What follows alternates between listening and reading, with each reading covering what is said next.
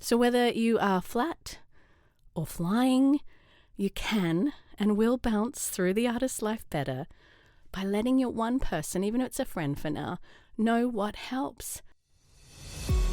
Ready to go learn how to live healthier, wealthier, and wiser as an artist in showbiz? Hey, I'm Lara Bianca Pilcher.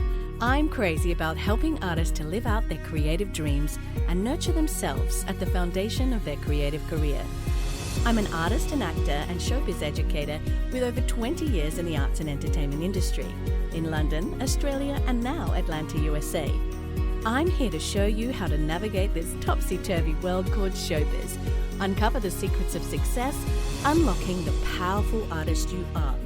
I've done a lot. Performed, worked in TV, film, radio, stage, produced, directed, choreographed, acting, singing, voice work, musical theatre, dance company, toured, moved, casting, auditioned, self-taped, teaching, press, critics, branding, marketing, side hustles, and all the hoo-ha, while maintaining a happy marriage with 2 gorgeous kids.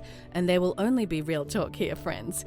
Think of this podcast as a masterclass in helping you build your creative career while also learning how to holistically navigate the artist's life. This is the Healthy, Wealthy, Wise Artist Podcast. Well, here's a fun topic. 3 tips for relationships with artists. And of course, I'm coming from the perspective of a performer. I'm going to give you a vulnerable look here at the flat or flying life of being a performer and in a romantic relationship. For me, I'm coming from the perspective of a successful marriage over 15 years and counting, 2 kids now as well, of what it's like to be married to me for my husband. And of course, I've asked him for his feedback. But also I'm taking the things that he does from our romantic life that actually help me navigate the flat and flying seasons of being a performer. The auditions when I crash because it didn't work out or whatever it is. I'm going to start with sharing a true story. Friday just passed and I've completed 2 acting audition self-tapes, and it took me the whole day because you guys know that, right? It takes a long time to get your hair, makeup done and set up everything. I'm done. And an early night it is for me. I just crash Friday night. I am no company. Saturday morning arises and I'm suddenly craving adventure because, I achieved something. Yay! So the energy comes. And I declared to my husband and 2 kids, let's go to the lake now. Because we were living in California at the time. It's a beautiful lake, Whiskey Town Lake. And I'm like, let's go now. Like literally now before I change my mind. And the announcement is followed by 20 minutes of flurry as we load up the car. And everyone wanted to go because it's a great thing to do on a Saturday.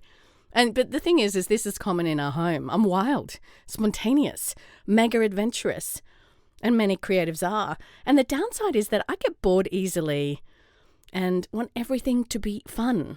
Do I have a witness? My husband is married to a performing artist, and most performers work freelance, project-driven careers, which means frequent change is our normal. And it means that we're wired for frequent change. It means that performers are brave enough to live this way. You guys are brave if this is what you're pursuing. Performers are wild enough to risk against all odds following their creative dreams. It's not for every personality and it's not for the faint of heart. So I'm going to share with you my 3 tips for relationships with artists. Now I know that not all creative artists and dreamers and performers are like this. But I have learned that these wild and easily bored sides do make up the artistic DNA, so to speak, of many performers and other career artists. What I love is that my husband is my biggest fan, gift, and support. Truth, truth bomb. Being a professional actor and performer for me used to be a roller coaster emotionally. I have learned a new approach to my career since then. But, throwback to our London days before kids, I was training hard and auditioning, hustling, and I got my first major rejection, the kind you get when your heart is totally set on the role or job, and I was knocked flat because I was so new to that at this level. I'd only just moved to London. The pain was unbearable and the shame storm beyond measure. Why did I tell everyone that I was up for this big opportunity? Because while doing that, you tell everyone, yay, I've got this thing, yay. But then every single one of those people, when you don't get it, oops, I shouldn't have told you because now I have to tell you that I what feels like failure, but it's actually not. It's just they go in a different direction. And that's something we need to learn. So how does a relationship handle the challenges of hope and the crash if hope is deferred? A lot of artists struggle with depression because, we often feel like we need to perform. Like, have you ever been in the room with other performers? Seriously. I remember my year teaching in California. I sat in the room watching all the actors for a minute in a social event, and I went, wow, is that what we're like? And I think it's something that, we learn to do, is that we are switched on most of the time. And we often don't share what's really going on for us because we're so used to performing. And that's something we need to learn how to not do. Learn when to perform and when not to perform. So here are my 3 tips for relationships with artists. You will probably want to be in one. You are in one. I don't think there's anybody that this isn't relevant for whatever season, whether you're heading towards it or you're already in it. So relationship 1 from my life is when I'm going through a hard time, I want my husband to remind me of who I am. My husband loves me in this place of audition and casting rejection, just as I am. He'll bring me a cup of coffee with a milk-drizzled love heart in the foam, and he reminds me of who I am. He reminds me of how he sees me. Talented, capable, beautiful, and worthy of trying again. If you're not in a relationship, that's something you can teach when you get into a relationship, or you don't have this. You teach them what you need. I think it's important. It's not, my husband didn't just suddenly learn. He's learned over many years, and I've also communicated what I need when I'm in those places. We don't need to be fixed. We just need to be loved and reassured in this place. Relationship 2 is that he lets me grieve and heal in my own time. My husband lets me grieve the opportunities I don't book. He doesn't try to push me out of the pain, cheer me up. He just understands it's a process. I bounce back every time. A romantic relationship with a driven performer is one big adventure. At least it is for me and my husband. He prefers, actually, the excitement that I bring into our lives over the alternative, whatever that might mean. He likes being married to the adventurous, bubbly person that I am, so that's helpful. Relationship tip 3, love and believe in them.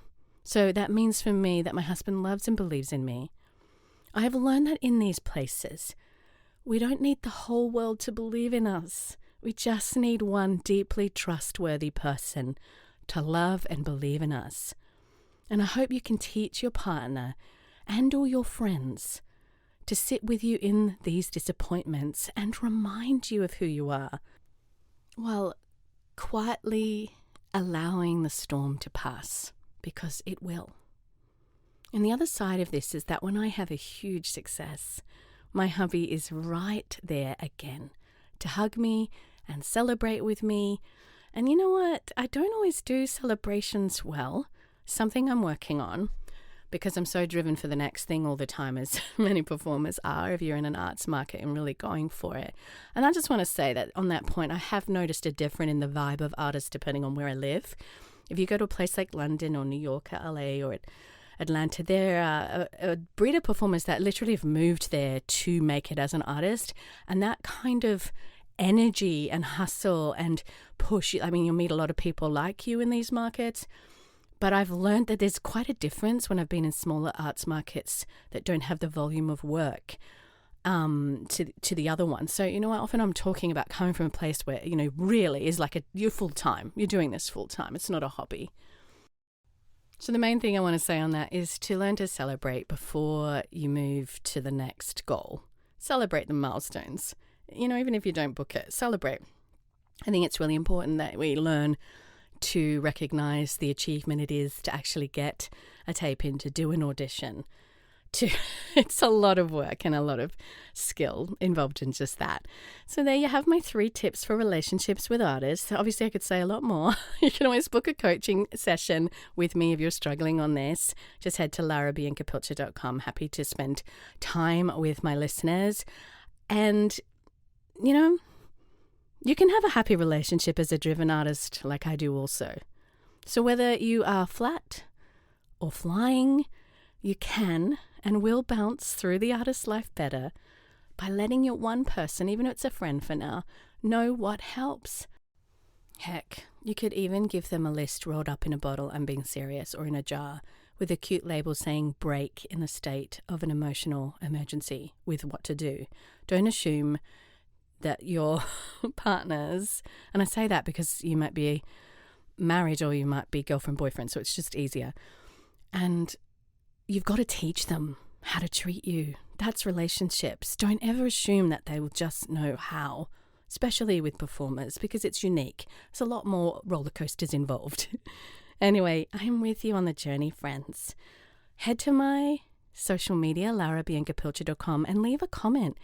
If you need any further help or you want to comment on today's episode in any way, I would love to hear from you, and I always respond or DM.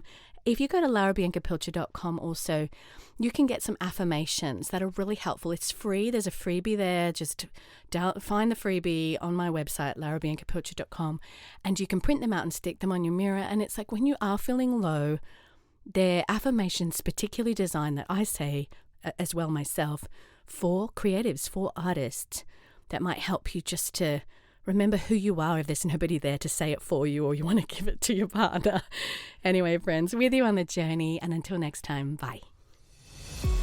Phew, today's masterclass is done. I love reaching back and saying, I've done this, and helping you learn the easy way. If you want more, head to larabiancapilcher.com for show notes, links, freebies, my blog, coaching and courses, and you can also head to my socials, Lara Bianca Pilcher on Instagram and Facebook. I'm also on Twitter and Pinterest. Thanks again for listening. Please leave a review on Apple Podcasts. That would mean the world to me, and I will give you a shout out.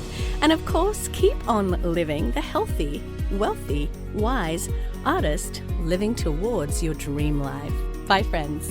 Hey, on my Facebook, there is a Healthy, Wealthy, Wise Artists group made up of a tribe of artists seeking to live the healthy, wealthy, wise artist life. They ask each other questions and throw around ideas. You can join the Healthy, Wealthy, Wise Artist Community private Facebook group at Lara Bianca Pilcher on Facebook under groups. P.S. Shout out to my hottie hubby, Andrew Pilcher, who does all the editing on this podcast.